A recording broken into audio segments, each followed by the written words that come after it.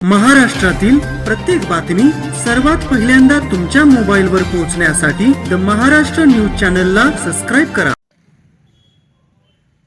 नमस्कार, the Maharashtra news चॅनलमध्ये आपल्या सर्वांचं मनापासून हार्दिक स्वागत.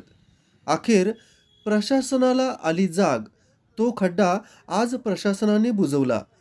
फायबर ऑप्टिकल केबल टाकण्यासाठी सासवड येथील जयप्रकाश चौकात खोदकाम करण्यात आले होते. मात्र संबंधित कंपनी ठेकेदाराने रस्त्याची व्यवस्थित दुरुस्ती केली नाही. येथून प्रवास करणाऱ्या वाहन चालकांना जीव मुठीत धरून प्रवास करावा लागत होता.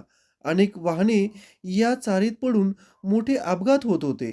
तातडीने रस्त्याची दुरुस्ती करावी अशी मागणी नागरिकांनी केली होती. प्रसारमाध्यमांनी वृत्त प्रकाशित करताच प्रशासनाला अखेर जाग आली आणि खड्डे बुजवण्याचे काम प्रशासनाने हाती घेतल्याचे दिसत आहे.